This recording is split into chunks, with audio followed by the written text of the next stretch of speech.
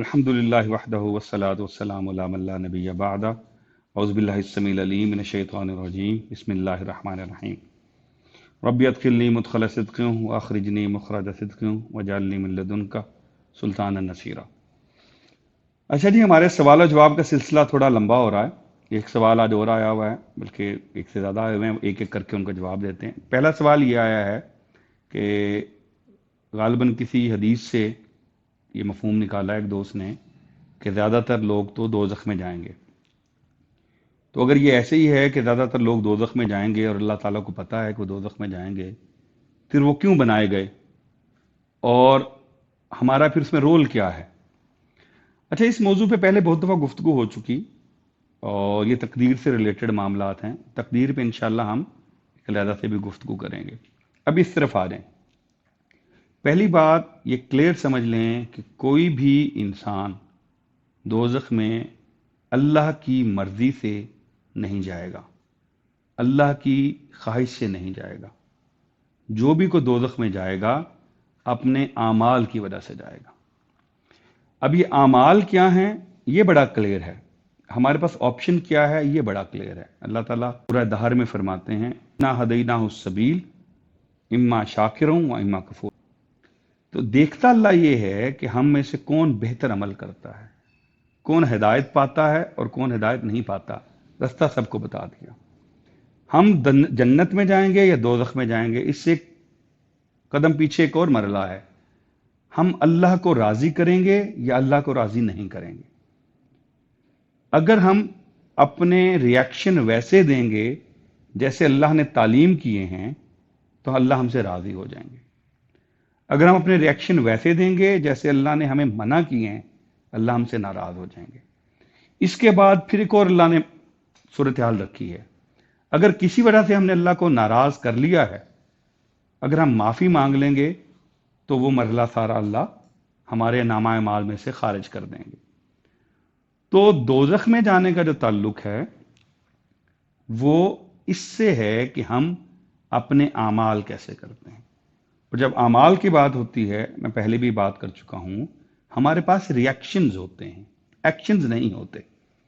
مثال کے طور پر زندگی کے جو بڑے بڑے معاملات ہیں وہاں تو ہمارا کوئی عمل دخل ہوتا ہی نہیں۔ کب پیدا ہوئے، کہاں پیدا ہوئے، کس کے گھر پیدا ہوئے، کس طرح کی شکل صورت، کون سی جنس لے کے پیدا ہوئے، ان میں تو ہم اللہ سے کوئی جھگڑا نہیں کرتے۔ ہم کرتے کیا ہیں کہ جب ہم اپنے شعور کی طرف جاتے ہیں، جو انسان کی زندگی میں 10-12 سال کی عمر میں آ کے آتا ہے، تو جو پیکج آلریڈی ہمیں ملا ہوا ہوتا ہے ہم اس پیکج کے حساب سے اپلائی کرنا شروع کر دیتے ہیں۔ اسی طرح جو زندگی کے باقی معاملات ہیں، ہم سمجھیں یا نہ سمجھیں، وہ بھی پیکج کی طرح آتے ہیں۔ رزق کتنا آئے گا، اولاد کتنی آئے گی، صحت کتنی رہے گی، سب ایسے ہی ایسے ہیں، ہم نے صرف ریاکشن دینے۔ اس کی جو آسان سی مثال ہوتی ہے وہ یہ کہ اسکول میں جب آپ پڑھتے ہیں تو بعضا بچہ ہوتا ہے جو کام ٹھیک سے نہیں کرتا، وقت پہ اسکول نہیں آتا، تو استاد کہتا ہے یار تو اس طرح کی حرکتیں کرتا رہے گا تو فیل ہو جائے گا۔ اور بعضا بچہ قابل ہوتا ہے، مؤدب ہوتا ہے، وقت پہ کام کرتا ہے، استاد کہتا ہے یہ بچہ پوزیشن لے گا۔ اب اگر وہ بچہ واقعی میں فیل ہو جائے یا وہ بچہ واقعی میں پوزیشن لے لے، کوئی انصاف والا آدمی یہ نہیں کہتا کہ استاد نے اس کو فیل کروا دیا یا استاد نے اس کو پوزیشن دلوا دی۔ یوں نہیں ہوتا، کیونکہ سب دیکھ رہے ہوتے ہیں استاد نے جو ججمنٹ دی وہ اپنے نالج کی بنیاد پہ تھی۔ اللہ جب ججمنٹ دیتے ہیں تو چونکہ نالج ایبسولوٹ ہے لہذا ججمنٹ بھی ایبسولوٹ ہوتی ہے۔ اس ججمنٹ کا اللہ کے امر سے کوئی تعلق نہیں ہے۔ جس طرح استاد نے جان بوجھ کے بچے کو فیل نہیں کرایا، اللہ بھی جان بوجھ کے کسی کو دوزخ میں نہیں بھیجتے۔ اگلے قدم پہ آ جائیں۔ کیا ایسے نہیں ہوتا کہ فیل ہونے کی ججمنٹ لینے والا بچہ پاس ہو جاتا؟ کیا ایسے نہیں ہوتا کہ پوزیشن لینے کی ججمنٹ لینے والا بچہ پوزیشن نہیں لے پاتا؟ وہ کیا ہوتا ہے؟ وہ اس ججمنٹ کو ڈیفائی کر جاتا ہے۔ کیسے؟ اپنے ایکشن سے یا اپنے ریاکشن سے۔ جو میں پہلے کہہ رہا ہوں، بچہ پڑھنا شروع کر دیتا ہے، یہ بچہ جو پڑھتا تھا نہیں پڑھنا جاری رکھتا اپنا۔ تو مطلب یہ آیا کہ دنیا کے سسٹم میں بھی جو گنجائش ہے کہ استاد کی ججمنٹ کے خلاف نتیجہ نکل سکتا ہے، لیکن وہ چونکہ ججمنٹ محدود علم کے ساتھ ہوتی ہے۔ اللہ کی ججمنٹ کے خلاف نتیجہ نکلنا ناممکن ہے۔ اگر اس نے کسی انسان کے بارے میں ججمنٹ دی کہ دوزخ میں جائے گا تو دوزخ میں ہی جائے گا آخر کار۔ اچھا، لیکن اس نے بھی گنجائش رکھی ہے، جو تقدیر ہے وہ اللہ بدل دیتے ہیں۔ اب ایک لمبی بحث ہے، اقبال نے کہا ہے وہ فیضان نظر ہوتا ہے یا مکتب کی کرامت ہوتی ہے۔ ان دونوں چیزوں سے تقدیر بھی بدل جاتی ہے، صدقات سے بدل جاتی ہے، وہ ایک علیحدہ گفتگو۔ اچھا، اب اگلا جو مرحلہ تو طے یہ پایا کہ کوئی دوزخ میں جائے گا یا جنت میں جائے گا۔ اس کا تعلق اللہ کی ججمنٹ سے نہیں ہے، اس کا تعلق اعمال سے ہے۔ اس سے بڑی بات، جس دوران ہم بطور آدم ابن آدم اعمال کر رہے ہیں جو ہمیں جنت یا دوزخ کا سزاوار ٹھہرائیں گے، ہمیں تو نہیں پتا کہ وہ ججمنٹ کیا ہے۔ ہم سے صرف کوشش کی توقع ہے اس کی طرف سے۔ اس نے ہمیں دعا سکھائی ہے، اہدنا الصراط المستقیم۔ ہم اس سے دعا کرتے ہیں ہمیں صراط مستقیم پہ چلا۔ وہ ہم سے بدلے میں کہتا ہے کہ تم اگر میرے رسول کی اتباع کرو گے صلی اللہ علیہ وآلہ وسلم، اور جو طریقہ کار میں نے بتایا ہے ویسے زندگی گزارو گے تو میں تمہیں صراط مستقیم دے دوں گا۔ دوسرا جواب سوال کا چھوٹا سا حصہ تھا کہ زیادہ تر لوگ کیوں دوزخ میں جائیں گے؟ بڑی آسان سی گفتگو ہے یہ بھی۔ پاکستان تقریباً 22 کروڑ لوگوں کا ملک ہے۔ ہماری نیشنل اسمبلی جو فیصلے کرتی ہے وہاں 342 لوگ جاتے ہیں۔ کیوں؟ اس لیے کہ وہ پوزیشن ایسی ہے کہ مشکل سے ملتی ہے، ہر آدمی اس کے قابل نہیں سمجھا جاتا۔